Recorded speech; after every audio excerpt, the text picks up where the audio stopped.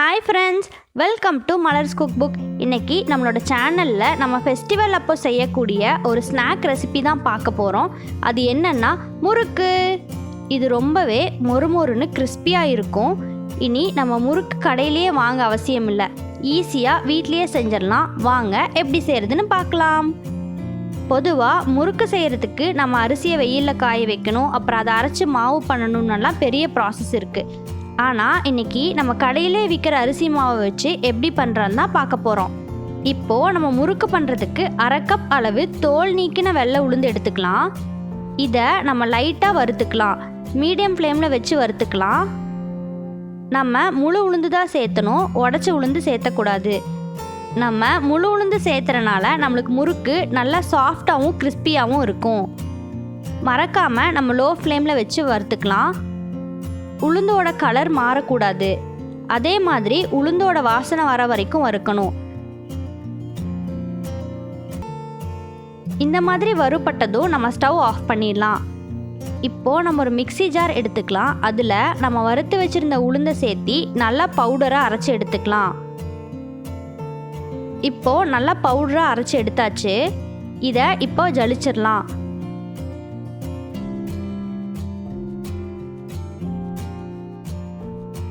இந்த மாதிரி நம்மளுக்கு பவுடராக கிடைக்கும். இதை நம்ம எடுத்து ஒரு ஓரமாக வச்சிடலாம்.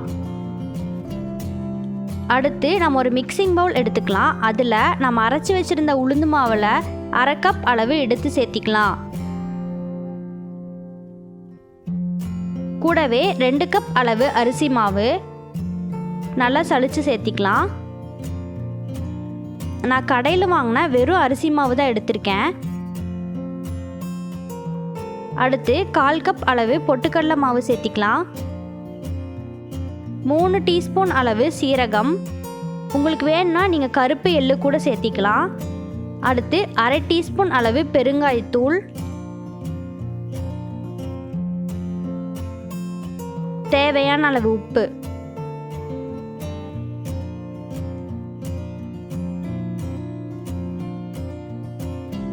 அப்புறம் நம்ம கொஞ்சமாக சூடாக இருக்க எண்ணெய் சேர்த்திக்கலாம்.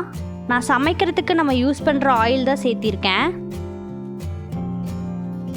இதை எல்லாத்தையும் சேர்த்தி இப்போ நம்ம நல்லா கலந்து விட்டுக்கலாம்.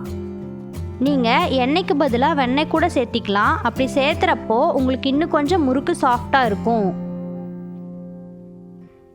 இப்போது நம்ம கொஞ்சம் கொஞ்சமாக தண்ணி சேர்த்தி நல்லா கை வச்சு பிசைஞ்சு எடுத்துக்கலாம்.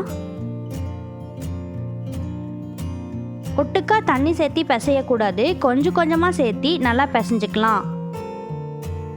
நம்ம வெறும் அரிசி மாவு சேர்த்துறதுக்கு பதிலாக கடையில் விற்கிற இடியாப்ப மாவு இல்லைன்னா கொழுக்கட்டை மாவு கூட வாங்கி சேர்த்திக்கலாம். நம்ம வெறும் அரிசி மாவு யூஸ் பண்ணுறதுக்கு கடையில் விற்கிற இடியாப்ப மாவு இல்லைன்னா கொழுக்கட்டை மாவு கூட யூஸ் பண்ணிக்கலாம். ஆனால் நம்ம கண்டிப்பாக புட்டு மாவு யூஸ் பண்ணக்கூடாது, ஏன்னா நம்ம எண்ணெயில் போட்டு பொரித்து எடுக்கிறப்போ கண்டிப்பாக வெடிக்க ஆரம்பிச்சிரும்.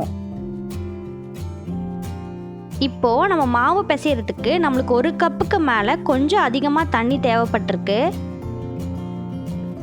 மாவு இப்போ நல்லா பிசைஞ்சாச்சு. இந்த மாதிரி நம்ம நல்லா சாஃப்டாக பிசைஞ்சு எடுத்துக்கலாம்.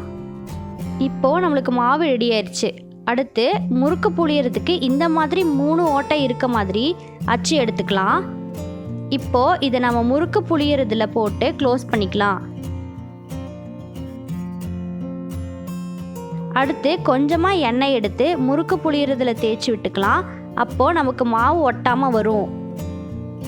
இப்போது நம்ம பிசைஞ்சு வச்ச மாவை எடுத்து அதை இந்த மாதிரி சிலிண்ட்ரிக்கல் ஷேப்பில் உருட்டி முறுக்கு புளியறதுக்குள்ளே போட்டுக்கலாம். இப்படி நம்ம ஷேப் பண்ணி போடுறனால நமக்கு ஏர் கேப் இல்லாமல் இருக்கும், முறுக்கும் உடையாமல் வரும். இப்போது இதை பாருங்கள் எவ்வளோ அழகாக ஈஸியாக வருதுன்னு. இப்போது நம்ம இந்த மாதிரி ஒரு கரண்டி எடுத்துக்கலாம். அதில் நம்ம முறுக்கு புளிஞ்சிடலாம். 3 இல்லைன்னா 4 சுற்று சுற்றிக்கலாம். சுற்றிட்டு ஓரங்களை இந்த மாதிரி சேர்த்தி விட்டுக்கலாம். அப்போது நம்ம பொரிச்சு எடுக்கிறப்போ நம்மளுக்கு பிரிஞ்சு வராது.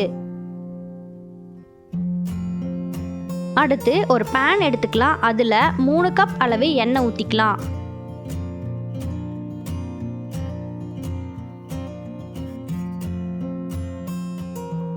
எண்ணெய் சூடானதும் நம்ம புழிஞ்சு வச்சுருந்த முறுக்கை உள்ளே போட்டுக்கலாம்.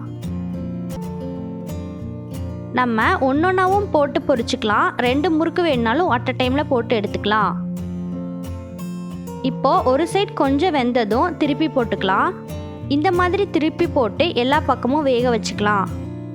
இந்த மாதிரி எல்லா பபுள்ஸும் அடங்கினதும் நமக்கு முறுக்கு வெந்துருச்சுன்னு அர்த்தம். இப்போது நம்ம எடுத்துடலாம். இந்த மாதிரி எல்லாத்தையும் போட்டு எடுத்துக்கலாம். எல்லாத்தையும் போட்டு பொரித்து எடுத்ததுக்கப்புறம் நம்ம ஒரு ஏர்டைட் கண்டெய்னரில் ஸ்டோர் பண்ணி 1 மாதம் வரைக்கும் வச்சு சாப்பிடலாம். நமக்கு முறுக்கு கெட்டு போகாது. இப்போது எல்லாத்தையும் போட்டு எடுத்தாச்சு. இந்த மாவில் உங்களுக்கு 25லிருந்து 30 முறுக்கு வரைக்கும் கிடைக்கும். இப்போ பாருங்கள் நம்மளுக்கு எவ்வளோ சூப்பராக மொறுமொறுன்னு முறுக்கு வீட்லேயே ரெடி ஆயிடுச்சுன்னு. சாப்பிடுங்க, என்ஜாய் பண்ணுங்க. இந்த ரெசிபியை நீங்களும் வீட்டில் செஞ்சு பாருங்கள். இந்த வீடியோ உங்களுக்கு பிடிச்சிருந்தா மறக்காமல் ஒரு லைக் போடுங்க, கமெண்ட் பண்ணுங்கள், உங்கள் ஃப்ரெண்ட்ஸ் எல்லாத்துக்கும் ஷேர் பண்ணுங்கள். மறக்காமல் மலர்ஸ் குக் புக் சேனலை சப்ஸ்கிரைப் பண்ணிடுங்க. கூடவே பக்கத்தில் இருக்க பெல் ஐக்கானை கிளிக் பண்ணுங்கள். பொறுமை காத்தமைக்கு நன்றி.